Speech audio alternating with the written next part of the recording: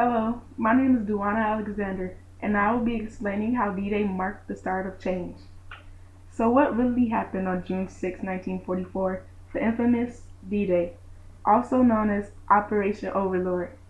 D-Day is when the Allied forces invaded northern France by means of numerous beach landings, which was a 50-mile stretch of France's Normandy region. They even used 5 beaches to land on, making people clueless that they were relaxing on battlegrounds.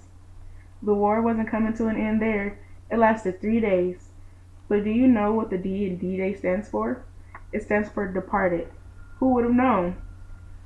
Also, during 1944 was a pre-television era, meaning Americans everywhere tuned into their radios.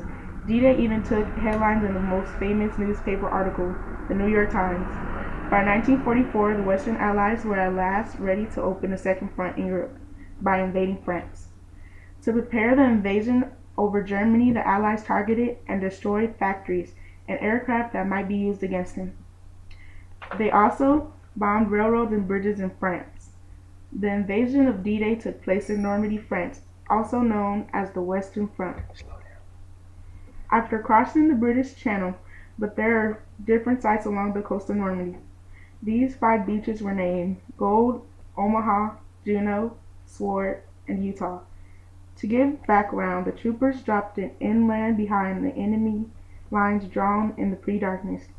Surprisingly, Omaha was the bloodiest and the deadliest of the D-Day beaches. Beach landings were not the first choice of invasions. The U.S. troops went ashore on the beaches at 6:31 a.m. Pretty early, right? I know you're probably wondering why all this chaos happened. Well, the Allied forces seemed to be weeding down the German on all fronts. They were determined to start a new front from France. This would leave Germany fighting from all directions. Talk about a rock in a hard place. An invasion of France from air and seas was deemed a valid option. France just begun the liberation of Western Europe from Nazi control during World War II. Surprisingly, it took 3 months for the northern section of France to be freed, making the invasion preparing for head of Germany. There, the U.S. would meet Soviet forces from the east. Before D-Day, the Allied forces practiced their roles for over several months before the actual invasion. In the months leading up to the invasion, the Allied forces made a deception. Operation Fortitude was formed with the goal of mislead Germans from the date to setting of the invasion. Unfortunately, the Germans had the upper hand due to the operation. Through the Cicero affair, the Germans got a hold of documents containing references to Operation Overlord. Luckily, the documents lacked enough key information for the actual invasion. Another leak was General Charles de Gaulle's radio message talking about Operation Overlord. The general stated when the real invasion was about to begin. This had potential of ruining the Allies' deception plan. The Germans, on the other hand, had been preparing. The Germans knew the Allies would have to invade France. The real question was where. The Germans were clueless to where the invasion would take place. The Germans felt that the target would be the most northern eastern place of France. Opinions clashed among Germans on how they were to defeat the Allies. One strategy was for Marshal Gerd conducting a counterattack or to the strongest units stationed along the coastline and then build coastal batteries in the strong points. Another thing that held the Germans was defensive posture. Unlike the Allies, Germans had no supreme military commander. This allowed rivalry between individual departments.